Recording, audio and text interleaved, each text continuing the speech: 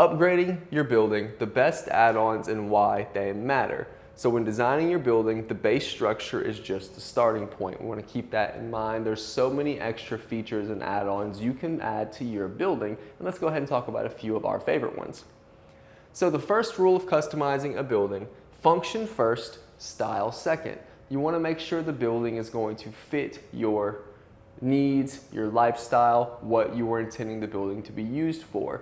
We can make it look beautiful, pretty, cool, all of that after we understand the functionality. When designing a building, always start with how you plan to use it. Here's a checklist of things you can ask yourself. What equipment will be stored?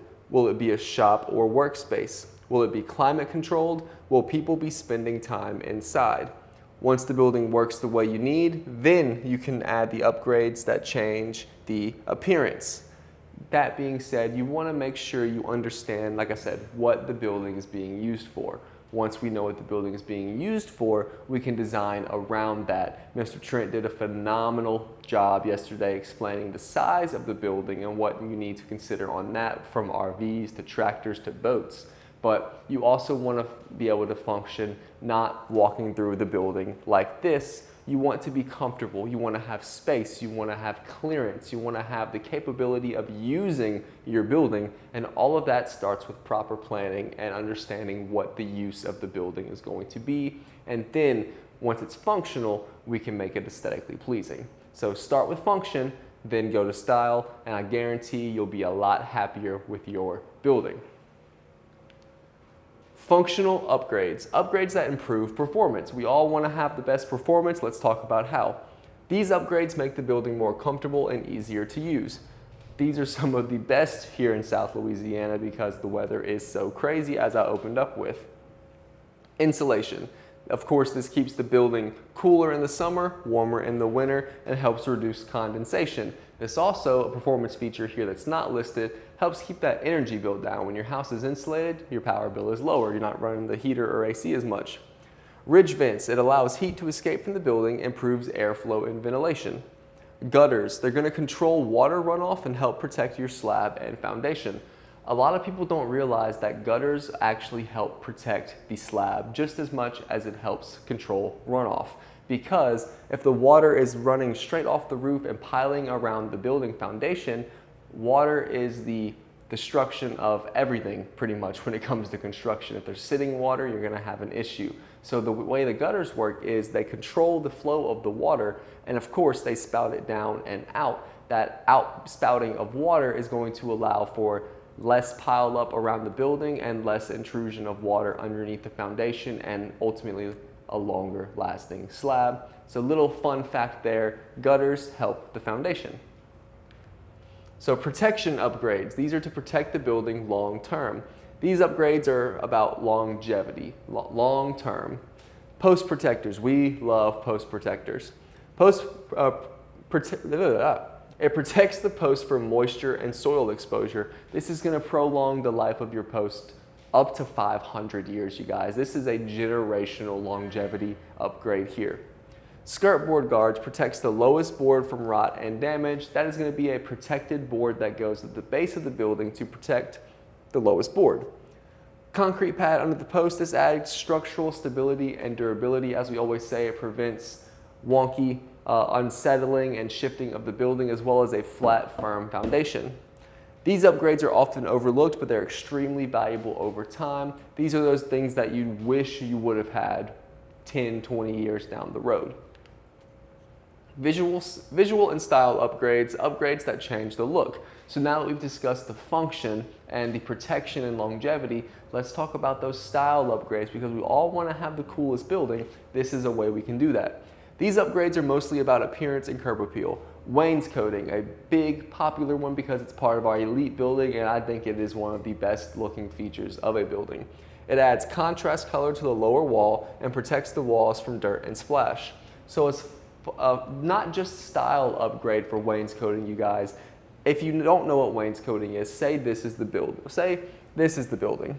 This bottom portion here is going to have an additional piece of metal that is typically, and colors are obviously your choice, your prerogative, we're going to get there next, but let's just say it's typically the same color as the trim because it's going to be blending in with that as well, and you want it to contrast with the wall color. Trent did a phenomenal job of explaining this the other day as well, but for those of you who missed that wainscoting, sometimes people make it the same color as the wall. We don't recommend that. Now we understand that still helps protect the wall from dirt and splash, and if you're going to be weed eating around your building, this also helps protect the building from that because it's an additional layer of metal. However, the point of a wainscot aesthetically in this term is to provide contrast. So match it to your trim, match it to your roof, do something to have it offset that color, and think of it as color blocking. It's going to make it beautiful. You won't regret it. I promise. It's going to be a phenomenally aesthetic upgrade. Now, speaking of colors, we want to talk about color packages. Match the roof, trim, wall combinations, the wainscoting if you have that option included. Colors are going to make or break a lot of these builds. You could have the coolest building in the world, all the bells, all the whistles, all the features, but if it's a terrible color or it doesn't blend in well with the surrounding, it's not going to do you much good aesthetically. You still have a functional building, but you won't have the best looking building, and this is something you could end up regretting down the line. The window layout. This is a big one, you guys. In a metal post frame building, natural light is often hard to come by, so these window layouts are very important. Improves natural lighting and overall appearance. A good window not only helps you on the inside, but it breaks it up on the outside. You have these massive walls of metal sheeting. A good window can help break that up, just like the wainscoting does. A few design choices can make a building look completely custom. Though every building here at Mallett is a custom build, at the end of the day, a 30 by 50 by 12 is a 30 by 50 by 12 piece of metal and wood. You want to make it as custom as you can, and these are a few of the aesthetic options we have to help you do that. So lifestyle upgrades. The most popular, use it every day add-ons. These are things that you're going to be seeing and probably using every day.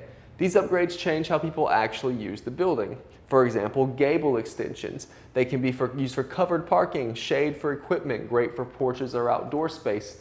Most people I know who have Gable extensions are going to be using them as almost a patio area.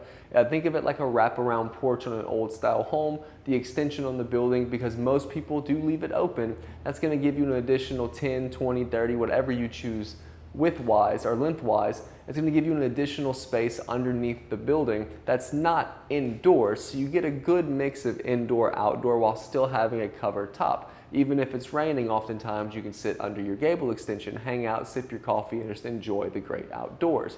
Now, if you do choose to enclose it, whether it be partially or entirely, that's your option as well, and that's part of our aesthetical packages that make your building just that much more custom. But a good Gable extension can really help, like I mentioned, give you that indoor-outdoor experience and really enhance not only the look, but the usability of your building as well. Wings and lean-tos offer very similar packages or options there. They provide extra storage space, equipment parking, work areas. If your wing's gonna wrap around, a lot of times it develops the same features here as far as almost the wraparound porch feel. It's not gonna be elevated, but it will be covered. These upgrades are popular because they expand the usable space without fully enclosing it, unless you choose to do so. But like I mentioned, oftentimes people do not choose to fully enclose, and they like that indoor-outdoor feel. So a final piece of advice before we let you go. Build for the future. One thing we hear from customers all the time, and Mr. Trent touched on this the other day, I wish I would have built a little bigger. Oftentimes, you're going to build for right now, and we're going to be getting to this soon, but let me talk about this. Well, let's read first. When planning upgrades, think about the following.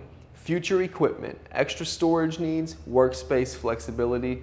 I would also like to mention, think about future life advancement. And what do I mean by that? Future life advancement means think about where you're going to be in the next 5, 10 years. Is it on the same property? Is it with the same building? Is this building going to be big enough for your lifestyle now and later? Because oftentimes you just need a 30 by 50 by 12. That's great. You should probably build a 40 by 60 because that 30 by 50 is, if it's perfect now, well, you get one more toy, you get one more four-wheeler, you get one more whatever, it's not going to fit. It's real life example. I have a 2-bed, 2-bath home. That's all I needed when I purchased it. Now, I really wish I would have bought the 3-bedroom home or the 4-bedroom home because I'm just out of space. There's things I can't have because I don't have the room to put them. Not because I can't get them, but I don't have the room to store them. A storage building or a shop is the exact same way. If you just need that 2-bed, 2-bath, well, you may as well get the 3-bed, 2-bath and have a little extra space for growth. The shop is the same way. You have a 30 by 50 by 12. That's all you need. If you have the space, I highly recommend looking at a 40 by 60 because that's just going to be a future-proof plan for your building. Well-planned buildings should work for you 10, 20, even 30 years from now, as we were just saying. Your building should be designed around your lifestyle, not just your current needs. We just touched on all of that. So hopefully this is a cool little guide for helping choose your building upgrades and feature add-ons because there's so many of them here at Mallett, guys. You can pick and choose so many different things on your building, from wainscoting to post protectors to gable extensions to wraparound wings if you choose, and everything in between. It could be a simple storage shed or a full pavilion or a barndominium.